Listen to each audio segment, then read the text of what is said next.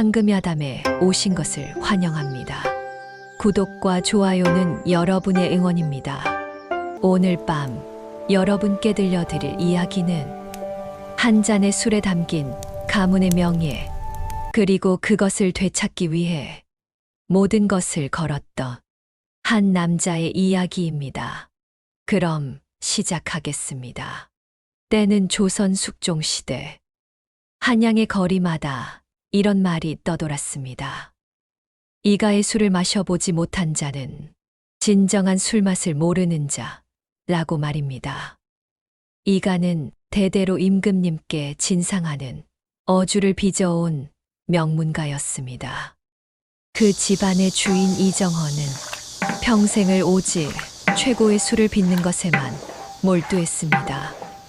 그의 아들 이하는 아버지의 술에 담긴 철학과 정신을 학문으로 드높이고 싶어 성균관으로 떠났습니다.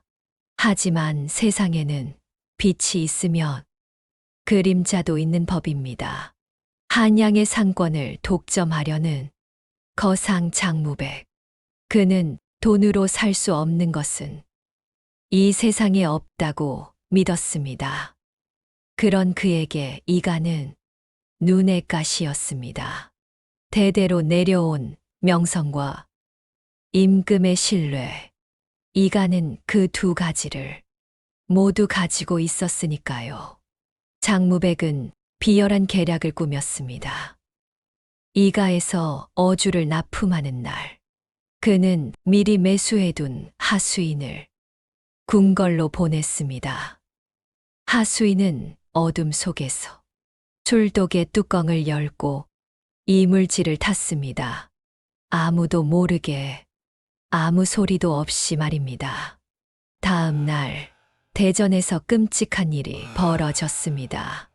임금께서 이가의 술을 드신 후 갑자기 안색이 변하고 고통에 몸부림치셨습니다. 조정은 발칵 뒤집혔고 이가의 술은 임금의 옥체를 상하게 한 불경한 술이라는 끔찍한 오명을 쓰게 되었습니다. 하루아침에 100년 명성이 잿더미가 되었고 이정헌은 모든 것을 잃은 충격과 분노를 이기지 못하고 화병으로 세상을 떠나고 말았습니다. 한양 성균관에서 학문에 몰두하던 이한에게 급히 날아온 전갈은 안타까운 아버님의 부고였습니다.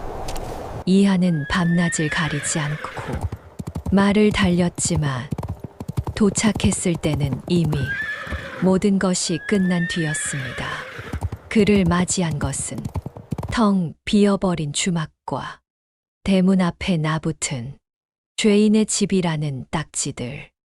이하는 그 자리에 주저앉아 억눌린 울음을 삼켰습니다. 바로 그때 위세등등한 가마 행렬이 멈춰 섰습니다. 장무백이었습니다. 장무백은 이한에게 제안했습니다. 주방문만 넘겨주면 1,500냥의 빚을 깨끗하게 탕감해 주겠다고. 이한의 주먹이 꽉 쥐어졌습니다.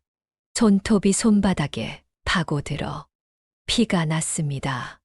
이한은 비틀거리며 주막 안으로 들어가 아버지의 방으로 향했습니다. 구석에 놓인 낡은 괴짝 안에는 아버지의 친필 유서와 이화주 제조 비법 주방문이 들어 있었습니다. 이한은 떨리는 마음으로 유서를 읽어 내려갔습니다. 이하나 장무백 그자의 계략에 이 가문의 명예가 땅에 떨어졌다. 억울하구나. 너무나 억울하다. 하지만 아비는 이미 늙고 병들어 이 억울함을 풀 힘이 없었다. 하나, 부디 이 주방문을 지켜라. 내가 우리 가문의 마지막 희망이다. 이하는 유서를 가슴에 꼭 껴안았습니다. 눈물 너머로 무언가가 타오르기 시작했습니다. 분노, 그리고 결의. 이한이 일어서며 맹세했습니다.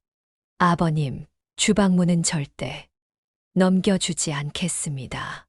잿더미가 된 가문의 명예를 되찾고 아버님을 죽음으로 내몬 장무백에게 반드시 복수하겠습니다.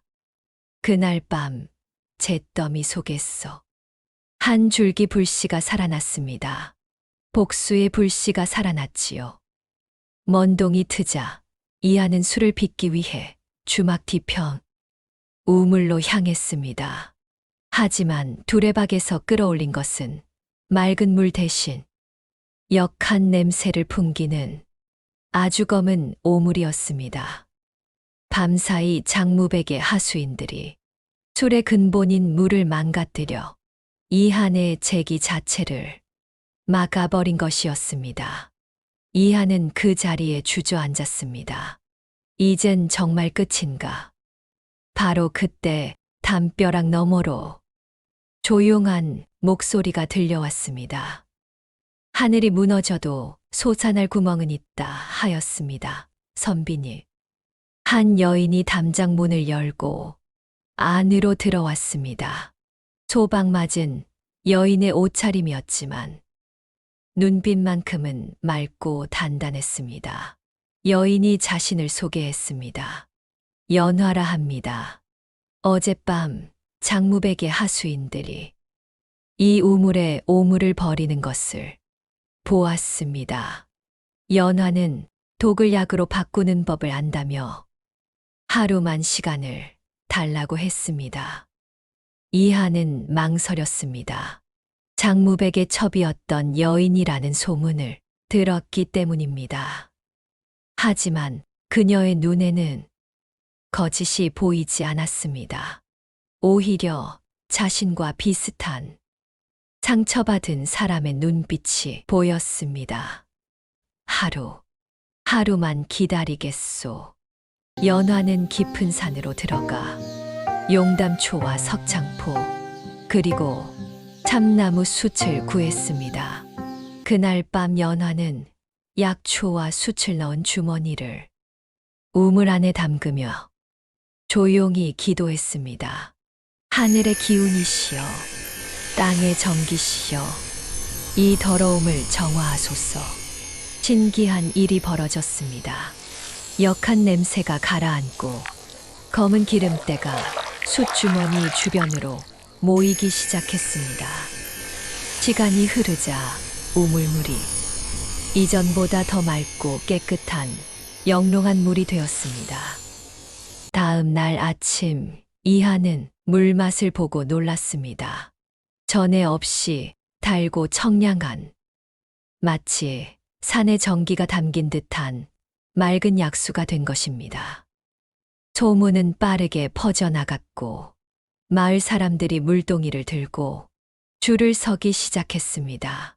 죄인의 집이었던 주막이 하루아침에 신비로운 약수터가 되었습니다. 해가 기울 무렵 이하는 연화에게 물었습니다.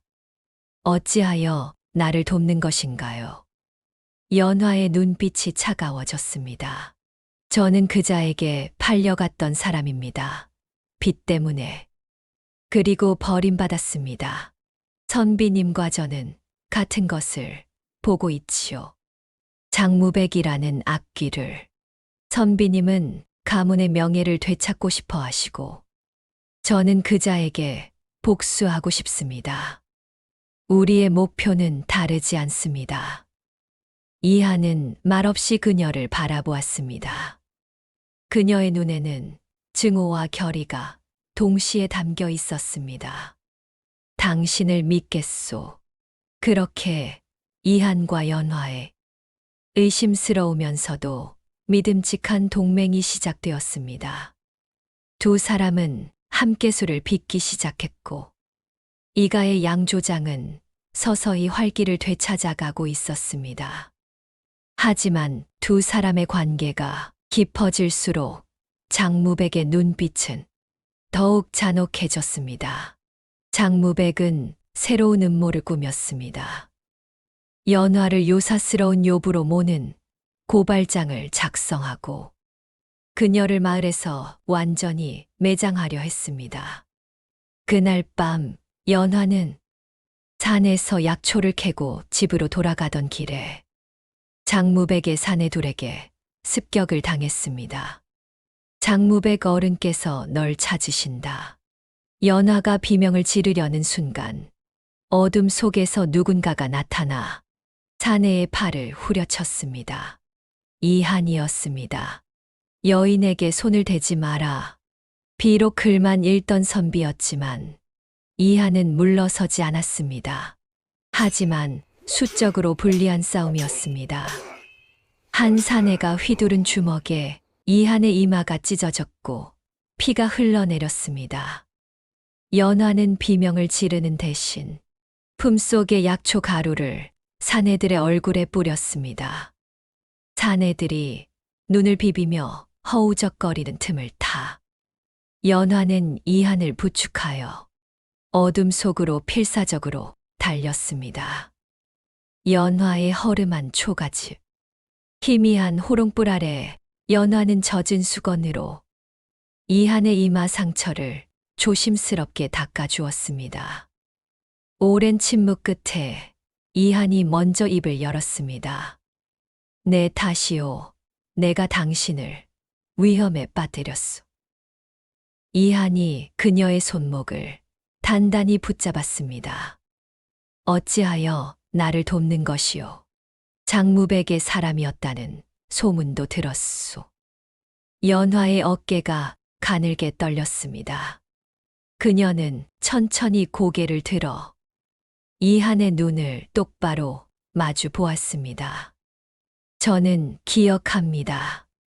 장무백이 저희 아버님의 약초밭을 빼앗고 거짓 장부로 모든 것을 앗아간 그날 밤을 말입니다. 아버님은 억울함을 풀지 못하고 화병으로 돌아가셨습니다. 저는 복수를 위해 그의 첩이 되었습니다. 연화의 눈에서 끝내 참아왔던 눈물이 굵게 흘러내렸습니다. 그자는 제게 말했습니다. 내 아비가 약초밭을 제대로 지키지 못해 빚을 졌으니 딸인 내가 몸으로 갚으라고. 연화는 더 이상 말을 잇지 못하고 오열이 터져 나왔습니다. 이한은 조용히 그녀를 끌어안았습니다. 연화는 그의 품에서 한참을 울었습니다. 선비님과 저는 같은 상처를 입고 같은 원수를 둔 동지입니다. 선비님께서 가문의 명예를 되찾으시는 것이 곧 저의 복수이기도 합니다. 제게는 선비님이 마지막 희망입니다. 이한은 그녀의 여린 어깨를 더욱 힘주어 감싸 안으며 맹세했습니다. 내가 당신을 버리는 일은 결코 없을 것이오. 우리는 함께 싸울 것이오. 그리고 당신이 다시는 눈물 흘리지 않도록 하겠소. 연화가 조용히 말했습니다. 그럼 저의 모든 것을 드리겠습니다. 선비님의 길이 저의 길이 되도록. 그 순간 방 안의 유일한 빛이었던 호롱불이 작은 바람결에 스르르 꺼졌습니다. 칠흑 같은 어둠이 두 사람을 감쌌지만 그들은 두렵지 않았습니다. 창호지 문 위로 스며드는 희미한 달빛 아래 서로의 온기에 기대어 하나가 되어가는 두 사람의 그림자가 길게 늘어지고 있었습니다.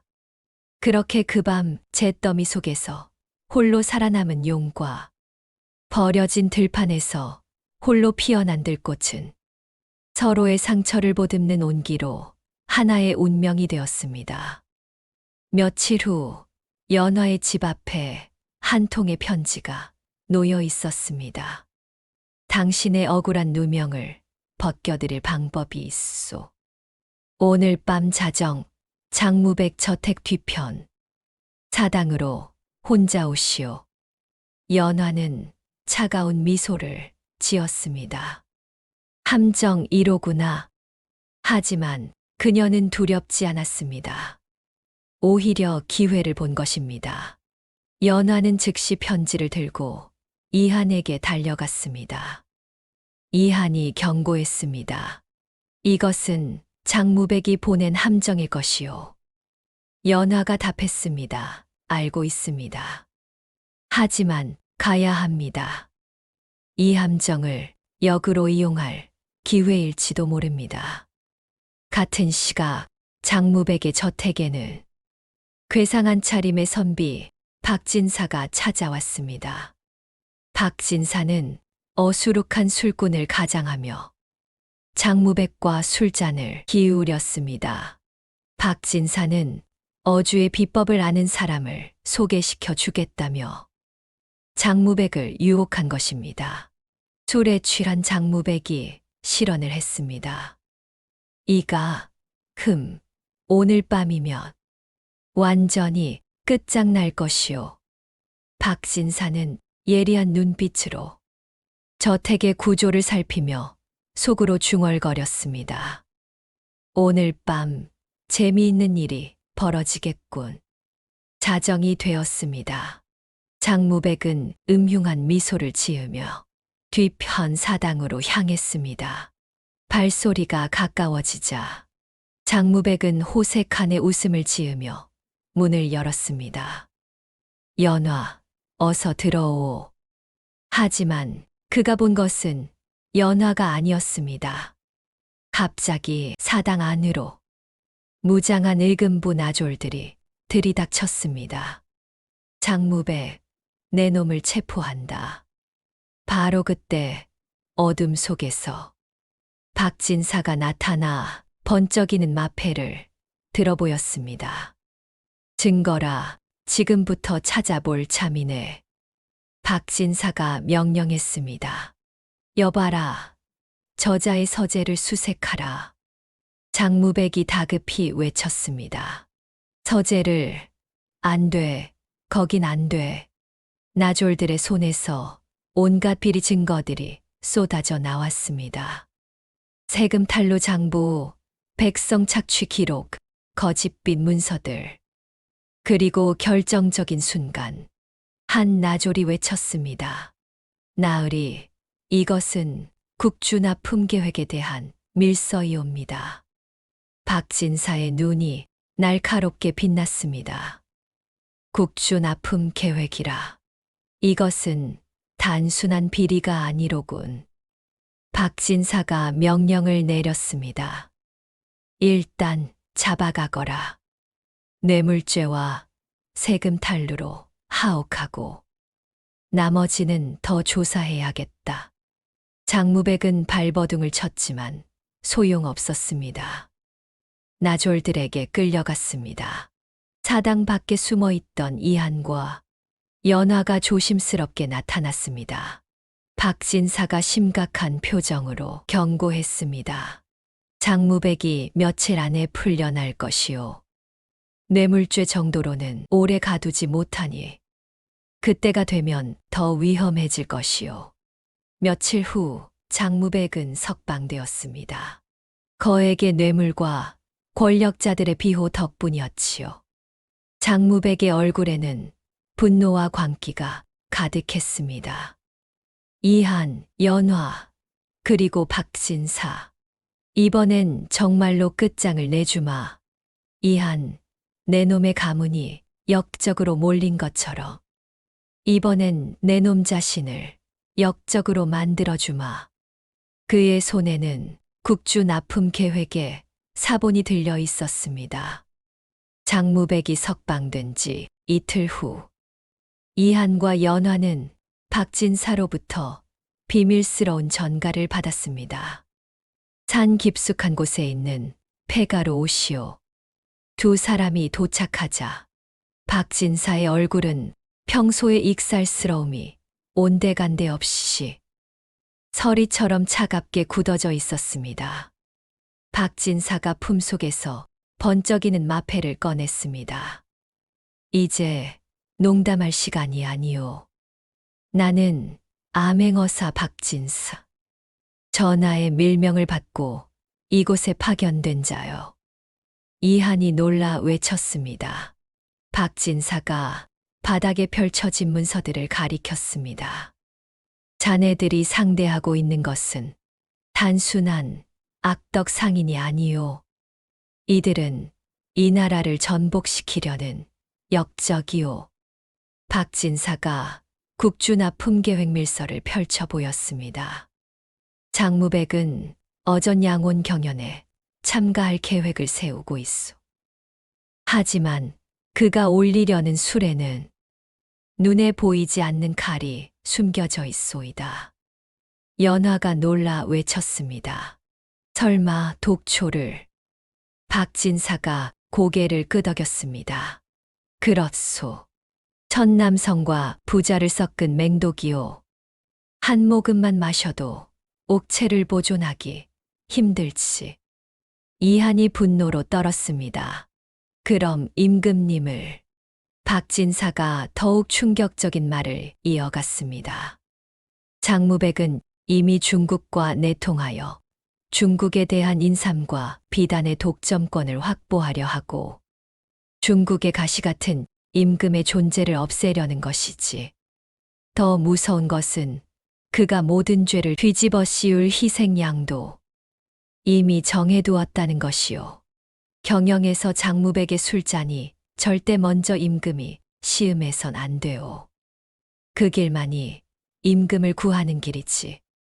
이한의 온몸이 얼어붙었습니다. 박진사가 설명했습니다.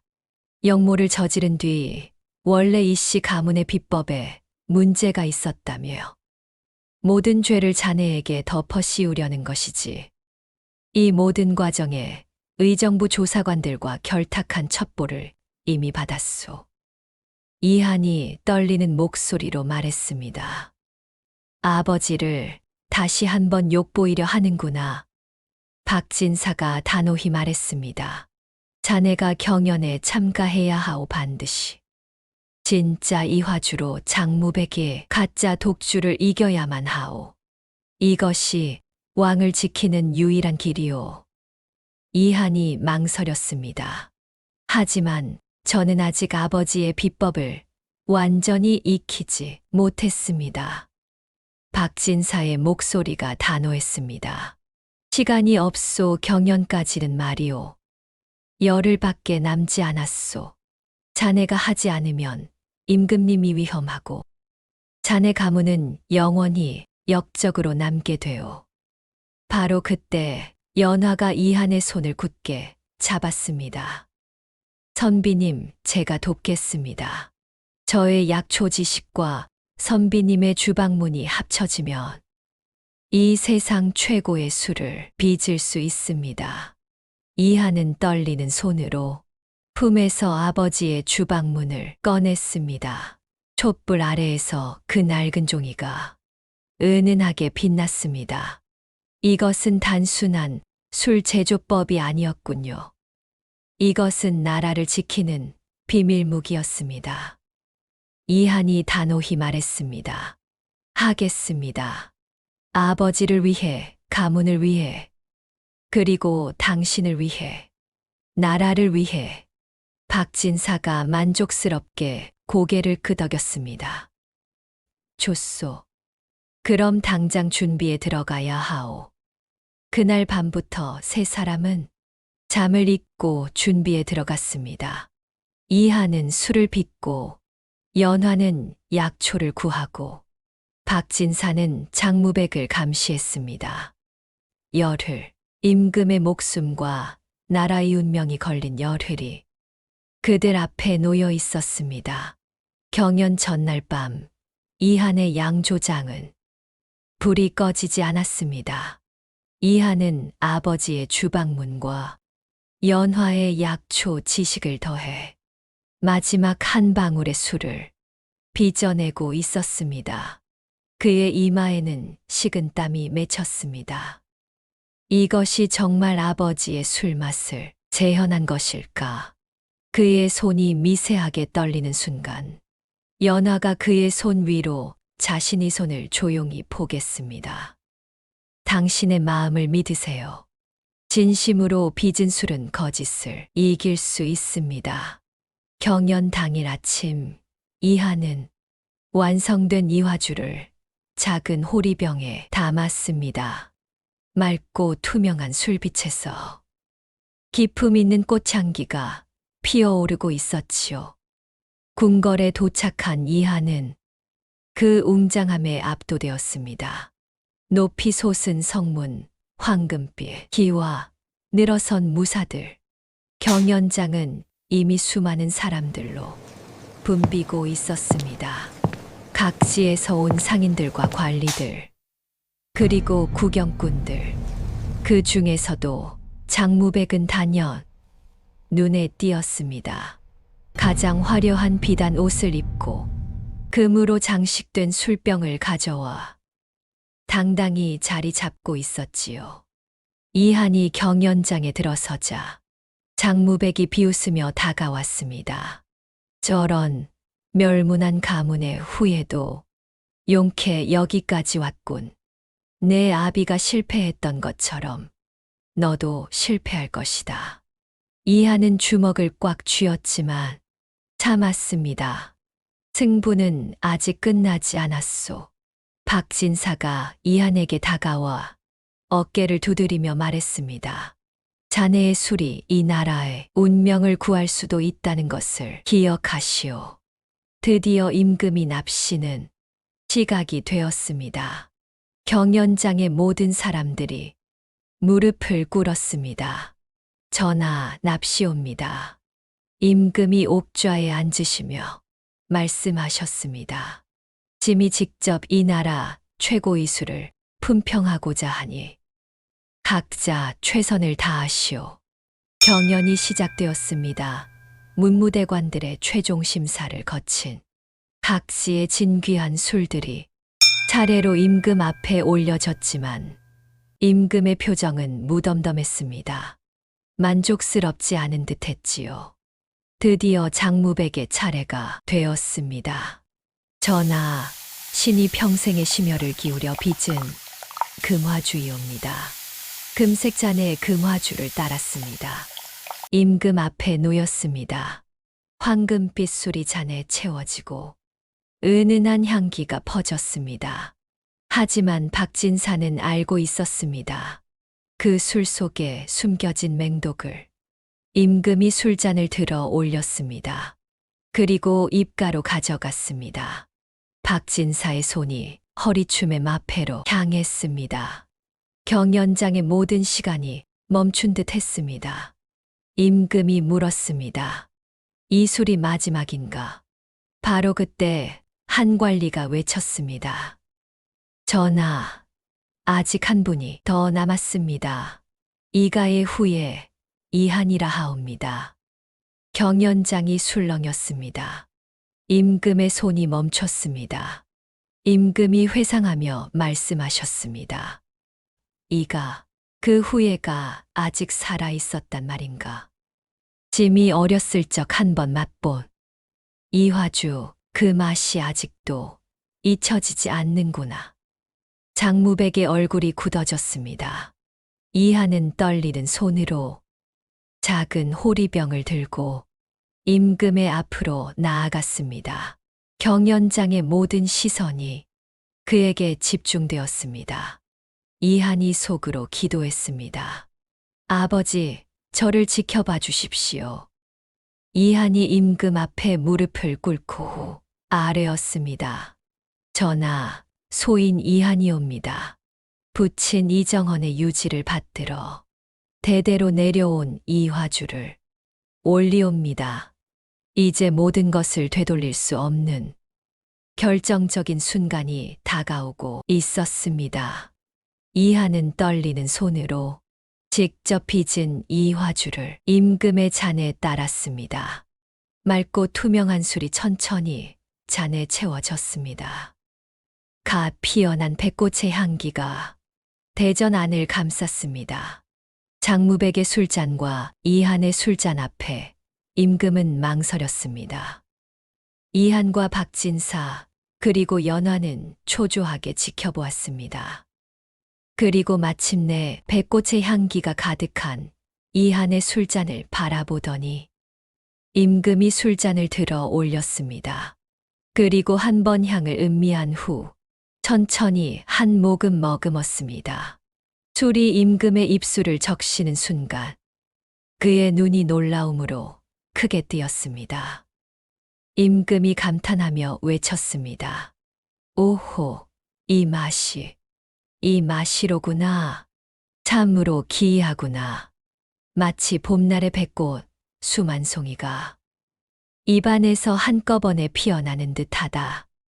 맑고 깨끗하되 그 안에 담긴 힘은 천군만마와 같구나. 이것이야말로 진정한 어주로다.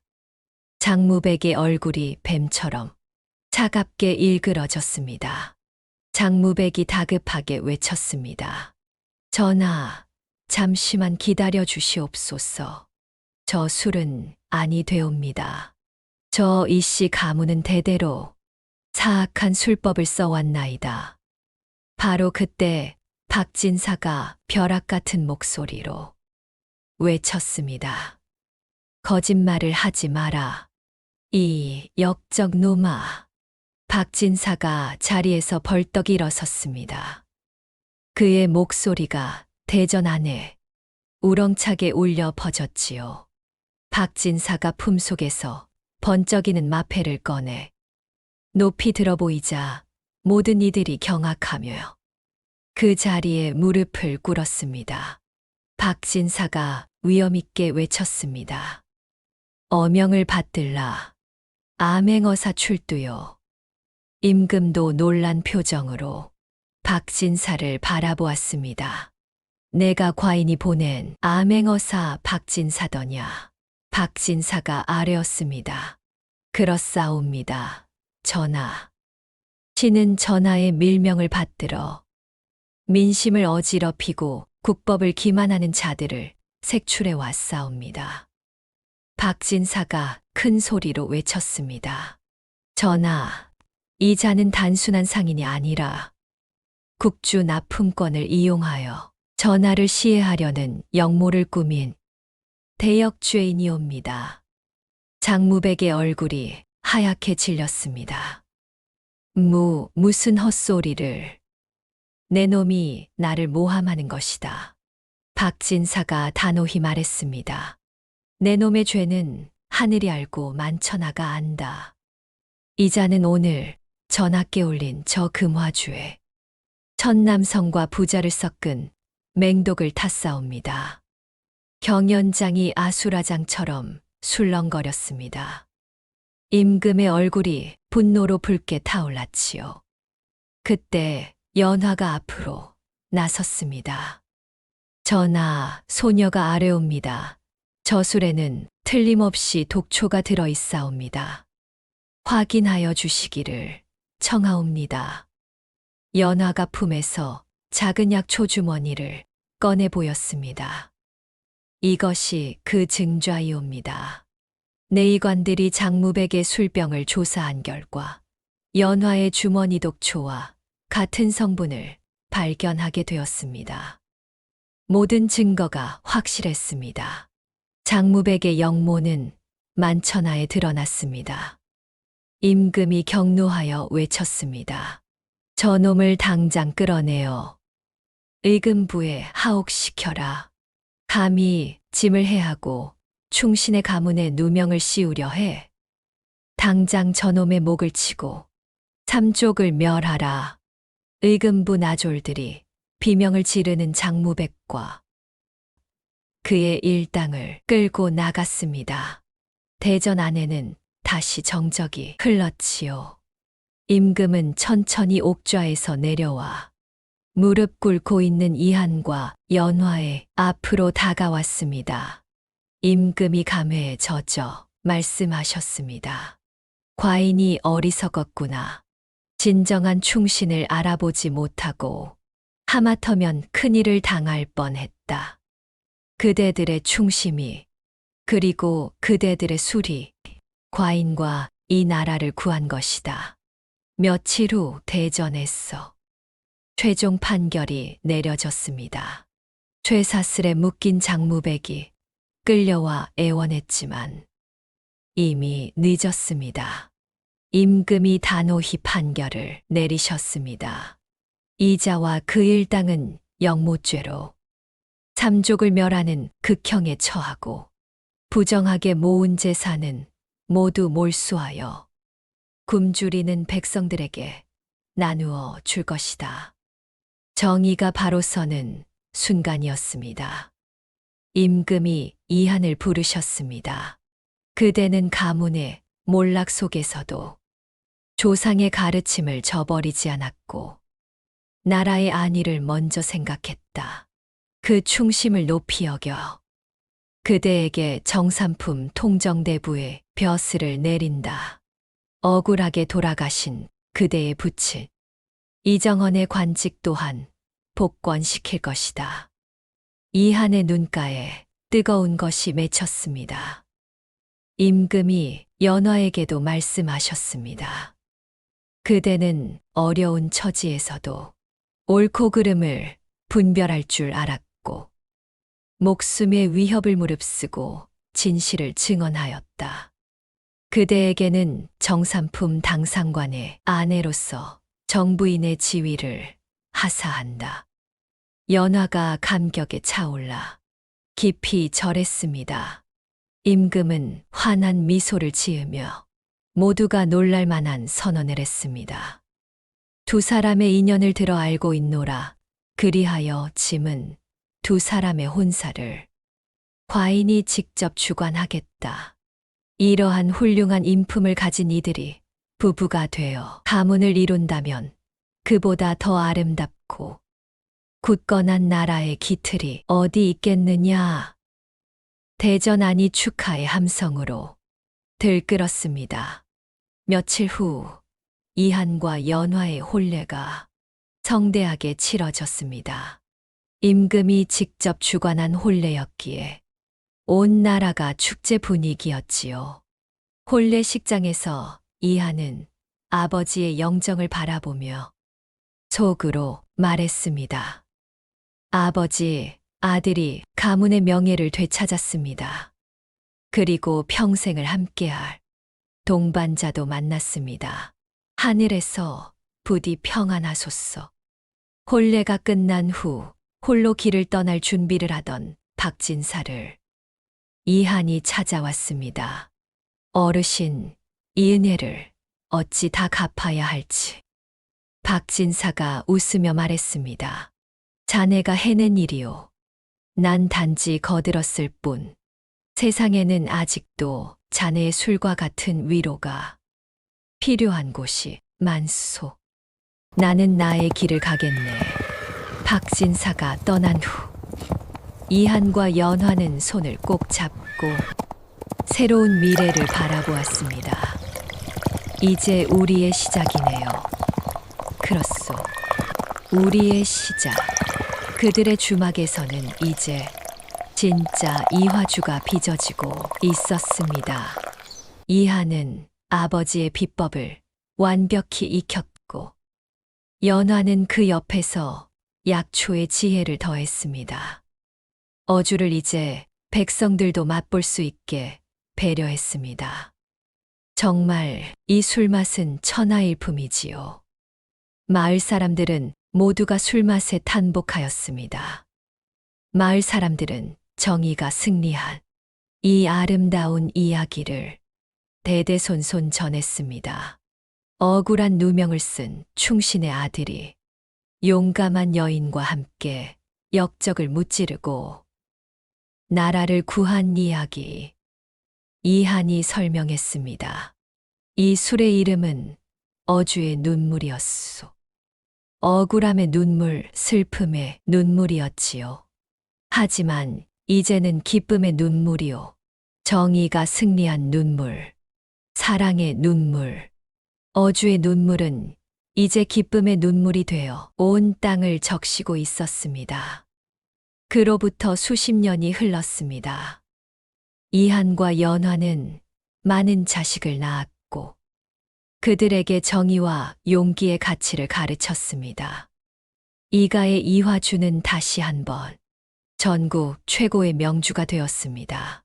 하지만 이번에는 단순히 맛 때문이 아니었습니다. 그 술 속에 담긴 이야기, 정의와 사랑의 이야기 때문이었습니다.